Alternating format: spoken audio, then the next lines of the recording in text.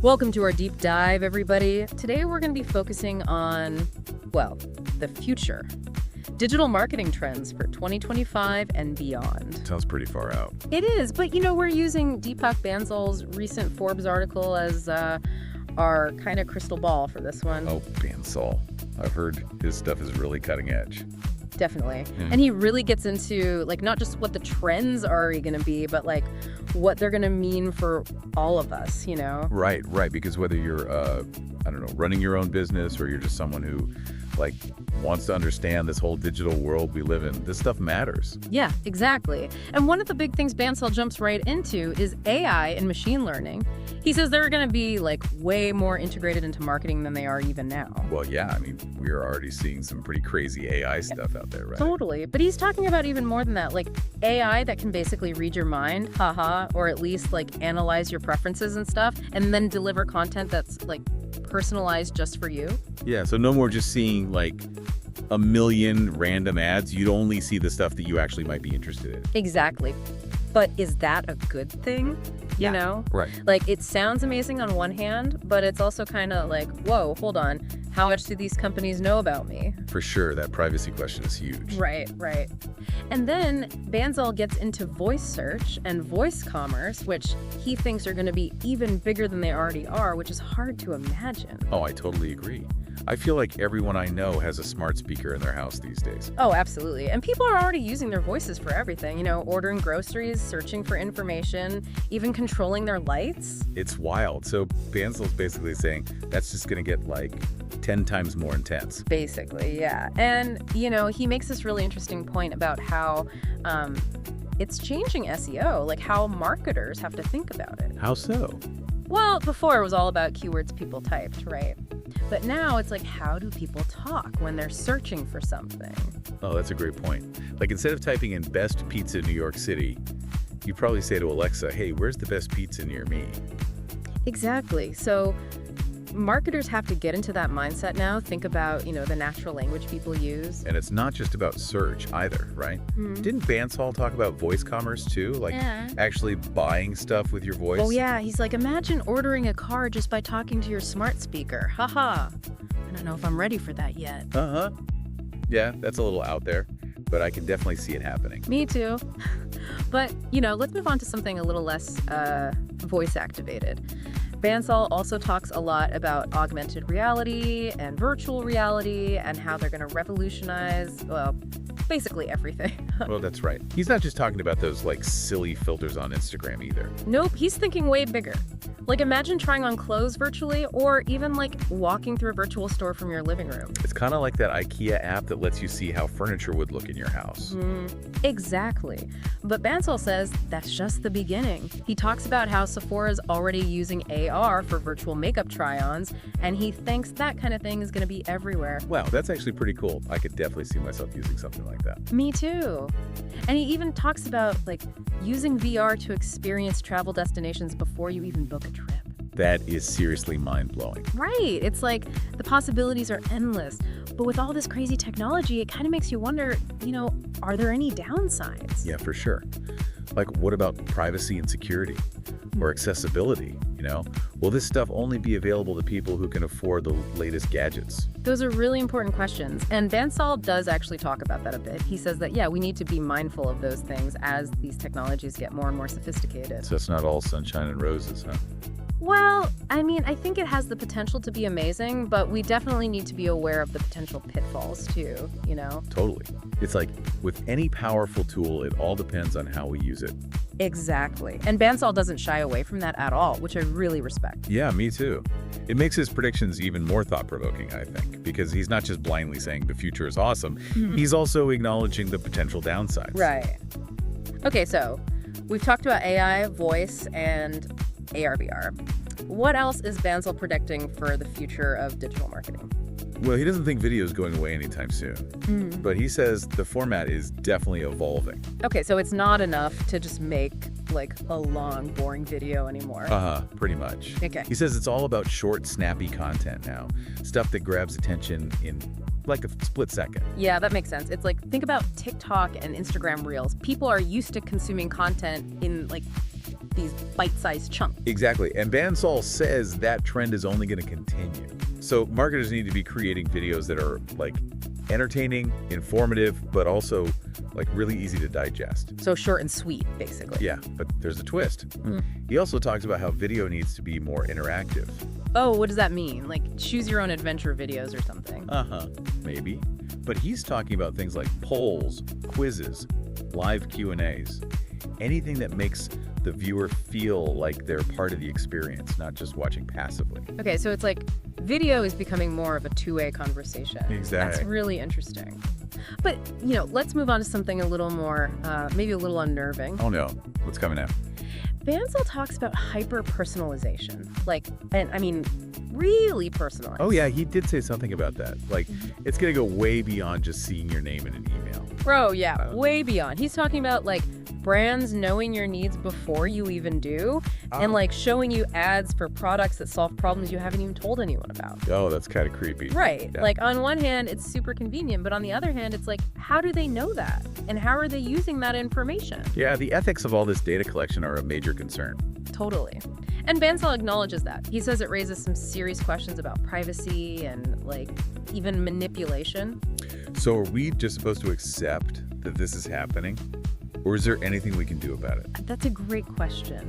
And, Bansal doesn't pretend to have all the answers, but he does say that as consumers, we need to be aware of the trade-offs we're making when we share our data. Yeah, I think awareness is key. Ooh. And, being careful about what we share online. Absolutely. Okay, but before we get too deep into the ethics of data collection, let's talk about another trend Bansal highlights: social commerce. Ah, right. That was an interesting one. He's basically saying that social media and e-commerce are going to become the same thing. Yep. Imagine scrolling through Instagram and buying everything you see. That's my dream. But seriously, he's saying that platforms like Instagram, Facebook, Pinterest, they're all basically going to become shopping malls. And we're already seeing that happening, right? You can buy stuff directly through Instagram now. Right. But Bansal thinks it's going to get even more seamless. You'll see something on your favorite influencer's feed, and you can buy it right then and there without ever leaving the app. It's definitely convenient, but I wonder if it'll make us more impulsive shoppers, Oh, for sure. I already buy too much stuff online as it is. I can only imagine how much worse it'll get when it's that easy. Same here. But, Bansal does talk about that a bit. He says that social commerce platforms might need to, put some safeguards in place to, prevent people from spending too much or buying things they'll regret later. It's good to hear. Because I could definitely see myself getting carried away. Me too. But, he also talks about how social commerce can be really good for small businesses and creators. It gives them a whole new way to reach customers. Oh, that's a great point. I hadn't thought about it from that angle. It's definitely a double-edged sword, I think. All of these trends we've been talking about, they have the potential to be really good or really bad, depending on how they're used. Yeah, I think that's the big takeaway here. It's not like the technology itself is good or bad. It's all about how we choose to use it, both as marketers and as consumers. Totally. And it's up to us to make sure we're using it in a way that benefits everyone, Absolutely. So we've covered a lot of ground already, but we've still got a lot more to discuss, including how to prepare for this crazy digital future that Bansal is predicting. But we'll save that for the next part of our deep dive. Sounds good. I'm excited to hear what else he has to say. Okay, so we left off talking about social commerce. Now let's get back into some of Bansal's other predictions. He really paints this picture of a completely transformed digital landscape. Oh, totally. Everything's hyper-connected, hyper-personalized. Yeah. It's kind of overwhelming to think about, honestly. I know. And one of the things that really stood out to me was this idea of hyper-personalization. He takes personalization to a whole other level. Yeah, he does. It's he's talking about brands basically being able to read your mind and predict what you need before you even know you need it. Exactly. And he gives these examples imagine scrolling through your social media feed and seeing an ad for, I don't know, a new pair of running shoes right when you were thinking about getting some new ones. Or maybe you're thinking about taking a vacation and suddenly you start seeing ads for flights to Hawaii or something. Yeah. It's wild, but also kind of creepy, isn't it? Oh, definitely. It's how much data are these companies collecting about us and how are they using it? It's a little unsettling, to be honest. Right. Is this level of personalization awesome or invasive? Yeah. Hard to say.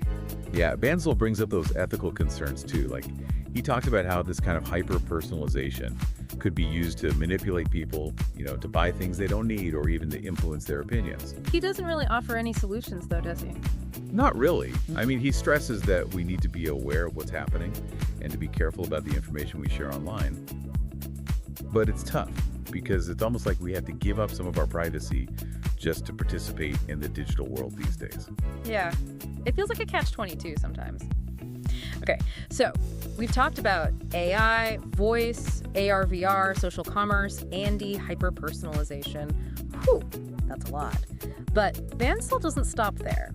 He also talks about how the lines between social media and e-commerce are blurring, with social commerce becoming, well, huge.